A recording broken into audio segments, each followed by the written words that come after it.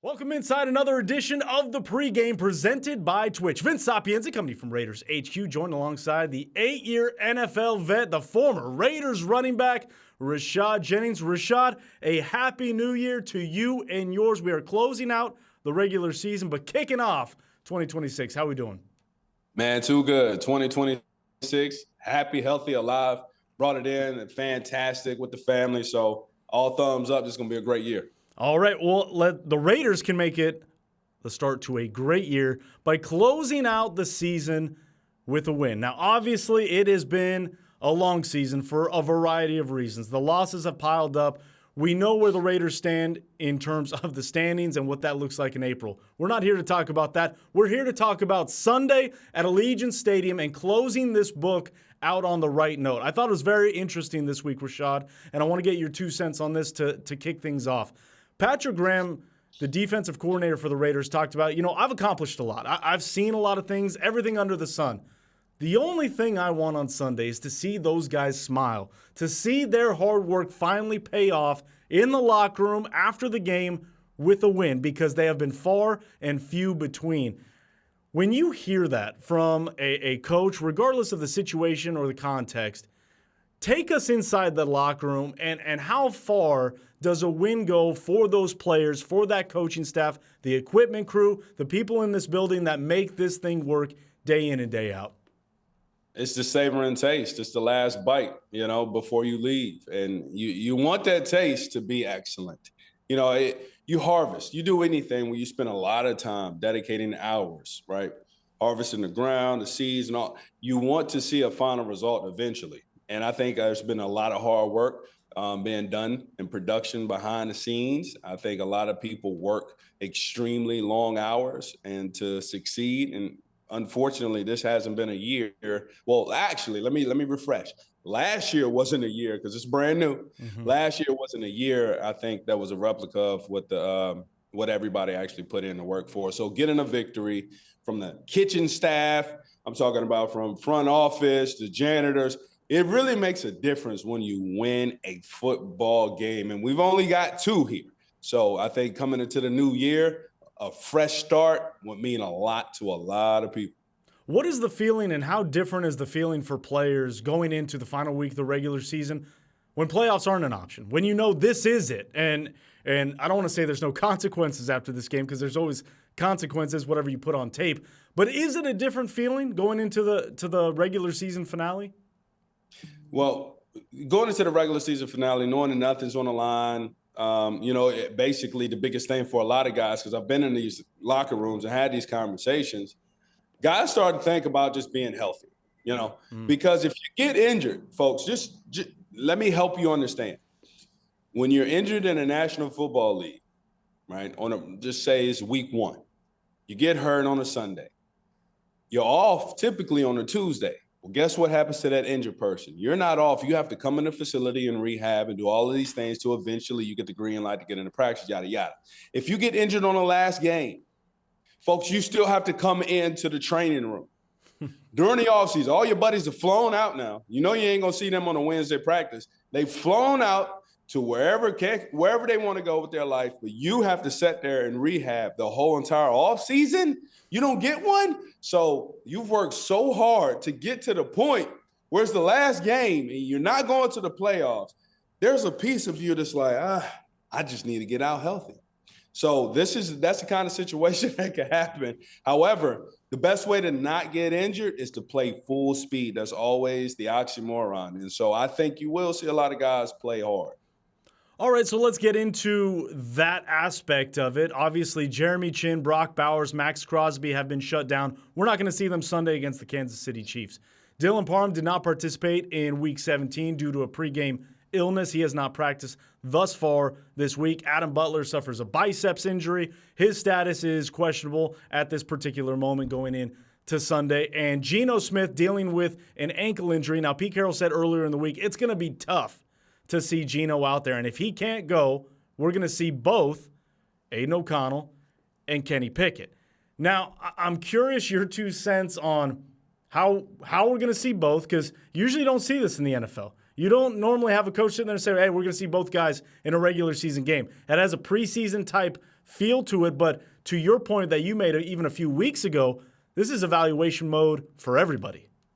Oh, yeah, this is a preseason game, essentially. You're trying to see what you're establishing for the next season. I mean, this is the season over, folks. So, lick the chops, lick the wounds, get the Band-Aids, do whatever you need to do. But we all understand from a business standpoint and an actuality standpoint, the season is, as far as continuing, which is why we all play, is to get a Super Bowl, it's over. It's a wrap. So you start to think about next season. What are we doing as an organization? I think what we're doing is trying to evaluate our team.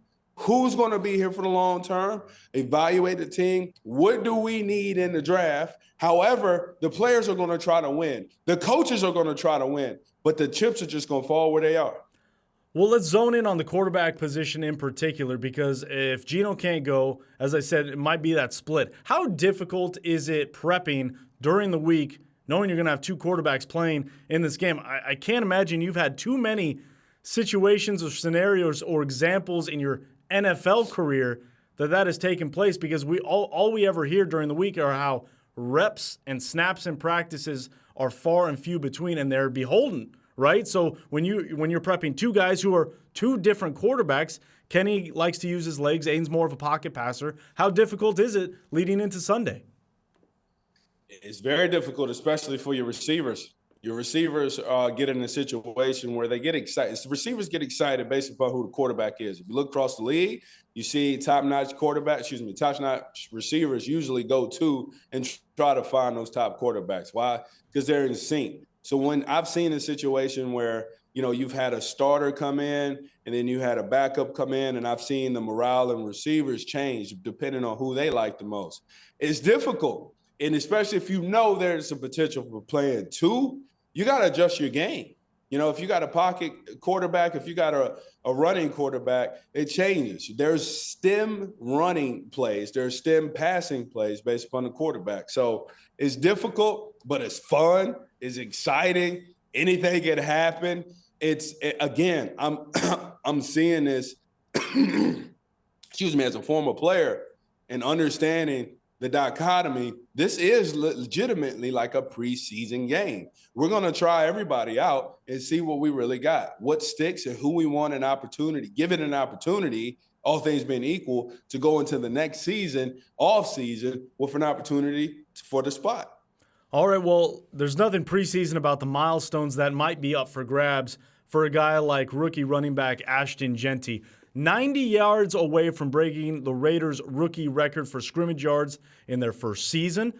That was set by Josh Jacobs. He's 112 yards away, something we talked about, from getting to that beholden 1,000-yard milestone. And he's 63 receiving yards away from passing Marcus Allen for the Raiders' rookie record in that particular statistic. Greg Olsen this week, the Raiders' offensive coordinator, talked about they're very aware of those stats, and they're very understanding of what that could mean for the psyche, for the confidence moving forward for Ashton into the offseason. I'm going to ask this in the only way I know how.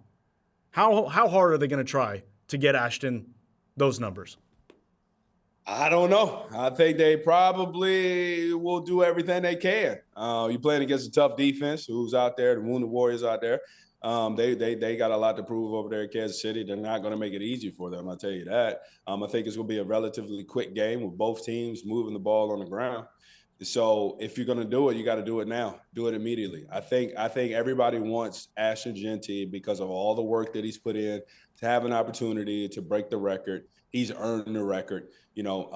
Running sometimes in the muck. He's not complained. He's been a standout guy. He's young.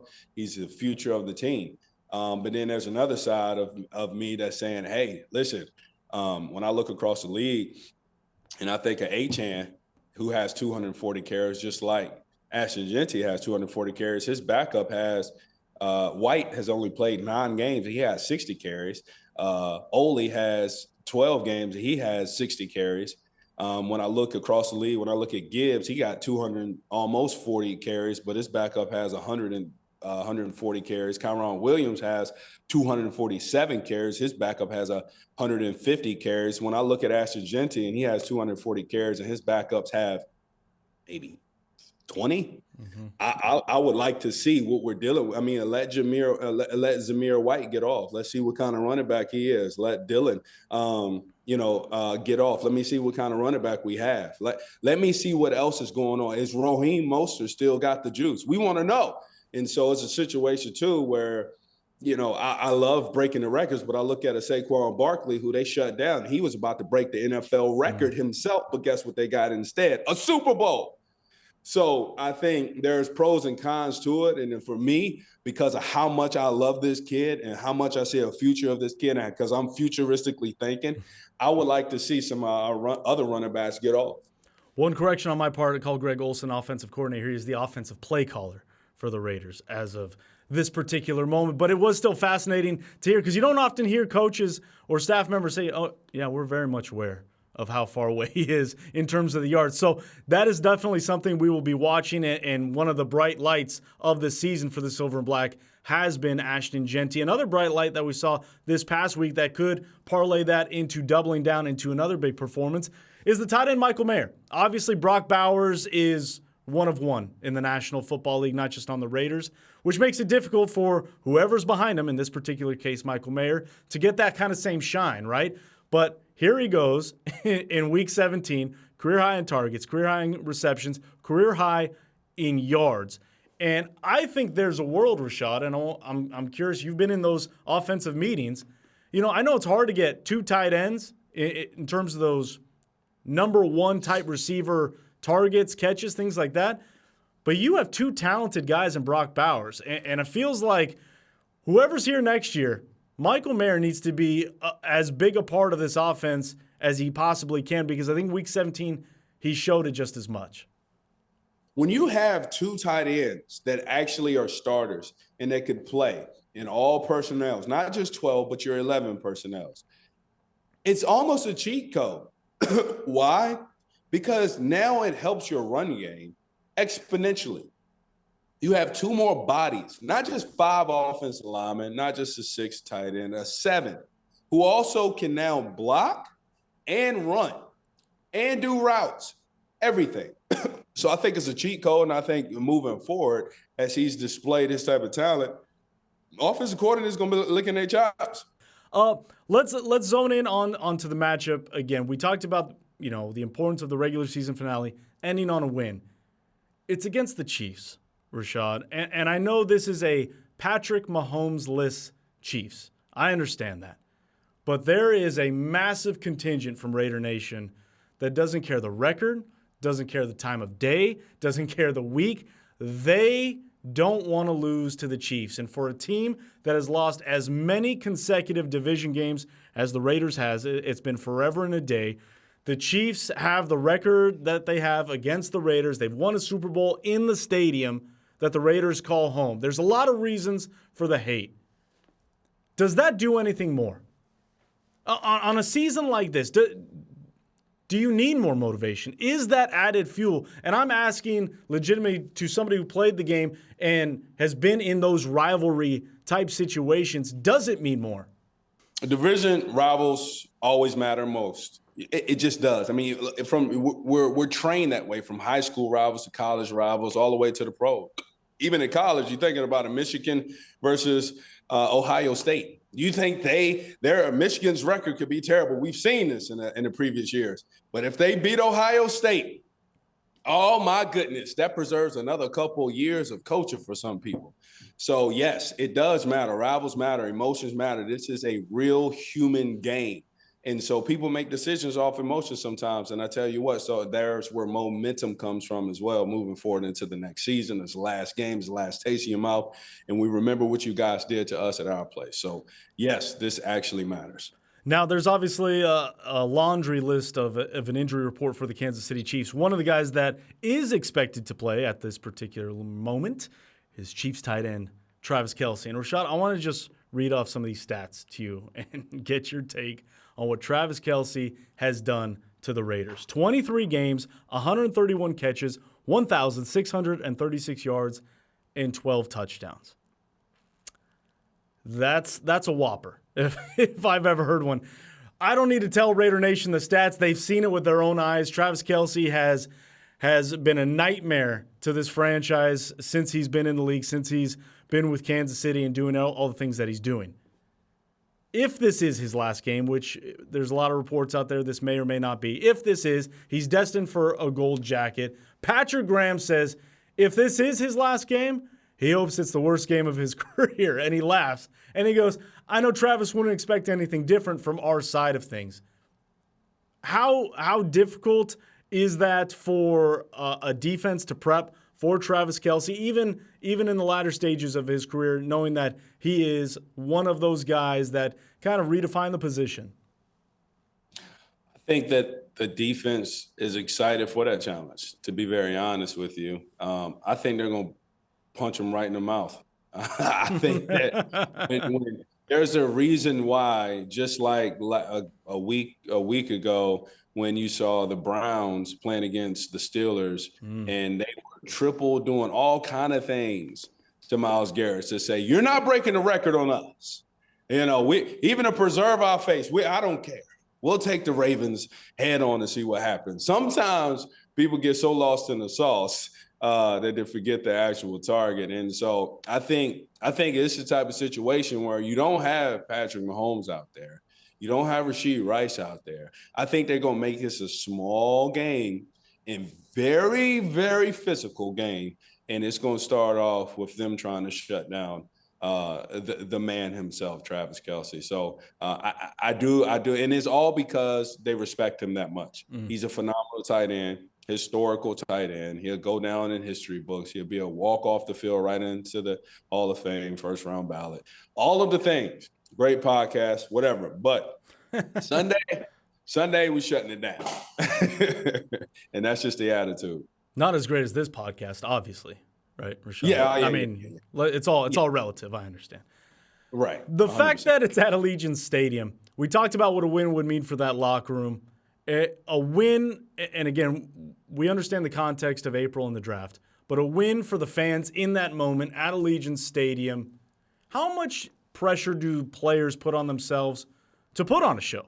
I know they're worried about their paychecks, they're worried about their families, they're worried about their job, where they're going to be playing next year. What percentage of that pie chart, is dedicated to the fans? Because, again, as long as it's been for the players and all the hard work that they put into it, the investment that the fans, Raider Nation, pours into flying into Las Vegas or getting all dolled up, right, in their costumes, in their uniforms, doing the tailgates, doing everything that comes with it, how big of a piece of that pie chart is it in the players' minds to do right by them as well? The truth is this.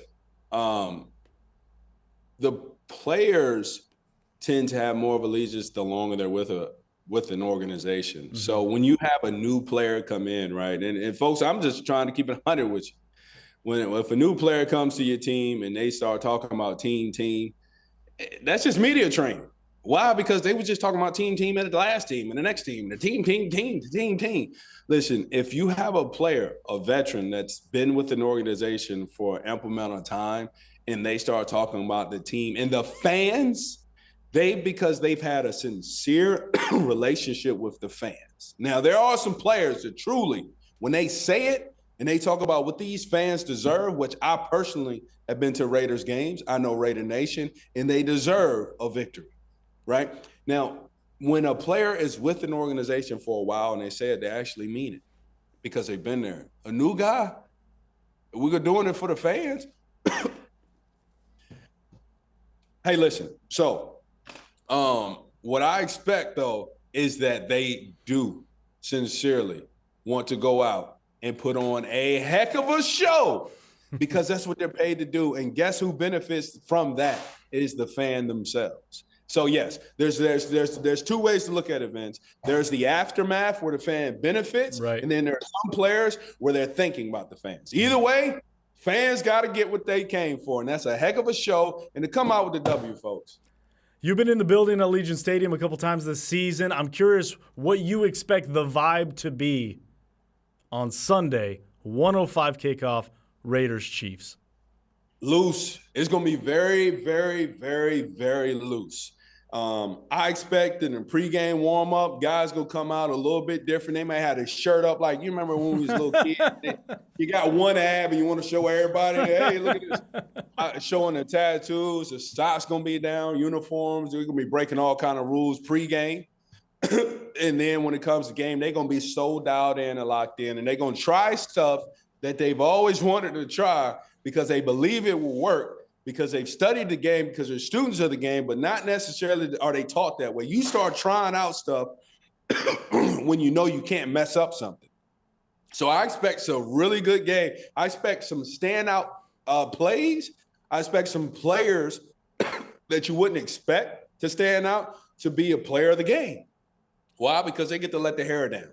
I'm letting it loose. I'm letting it rip. I'm not where there is no next season. There's nothing that's promised that you'll be in the National Football League next year. If you got a son, if you got a daughter, if you got a wife, you got a kid, your mother, whatever, leave it all on the line because you never know when is your last time. And every season is somebody's last time that never expected it. So I expect these guys to go out there and, let it rip. And Rashad, last one before we wrap this thing up. Kicking off 2026 and wrapping up the season that was for the Silver and Black, almost burying the lead. We've gone how many minutes, and we haven't even talked about the head-to-head matchup between Pete Carroll and Andy Reid. I don't care the situation. I don't care the records. I mean, those are two names of names in football coaching. And I thought it was fascinating. Towards the end of his Wednesday presser, Pete Carroll goes, I can't wait to go up against Andy at least one more time and give him my best shot. That competition, we always say players dictate the game, and they do. But that chess match, those are two highly motivated, highly competitive guys that want to put their best foot forward. I'm glad you said that, man, taking the time to mention that because these are historical coaches, and we all know what they've done head-to-head. And, they, like you said, alluded to the chess match and getting into the nuances. I expect both of them to do something that's very unorthodox. I really do. I expect to see some fake punts, fake kicks, some weird formations, a little bit of wrinkle where you can see that the coaches are having fun, and you'll know it if you're just if you're a true fan of the game. You'll see these coaches out there sincerely doing things that are unorthodox. And I think when you can get childlike back, especially as your last game and as a head coach, as a player, you think about the plans that you had before the season started. Neither one of these coaches are where they expected themselves to be. Last game, we don't know what's going to happen next season. We don't know which players are going to be. We don't know nothing. You know what? I'm going against my buddy across the aisle, Andy Reid and Pete Carroll. I'm going to play, and I'm going to have fun. And I'm actually going to play Madden with my team.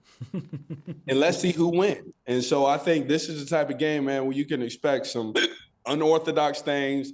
Definitely tune in. Do not walk away from that when you see special teams out there because some fake reverse, something is going to be planned and rigged and happen. I won't say rigged because that's a weird I want to say that it's planned for a coach to attempt a play that is kind of unorthodox. Orchestrated. That's a good word. Orchestrated. A little trickeration to kick off the new year. Rashad, it has not been the season the Raiders or Raider Nation would have wanted, but it has been a hell of a ride with you. I appreciate you, your insights, your stories, and your analysis throughout the entire season from training camp all the way through the wrap-up of Week 18. The Raiders and the Chiefs at Allegiant Stadium. It is a 1:05 kickoff. This has been the pregame presented by Twitch. He is the former NFL Raiders running back Rashad Jennings. I am Vince Sapienza. For any and all past episodes of the pregame presented by Twitch, go to Raiders.com, Raiders YouTube, or wherever you get your podcast. It's been an honor and a pleasure to host the pregame. We appreciate you, Raider Nation. Enjoy the game on Sunday at Allegiant Stadium.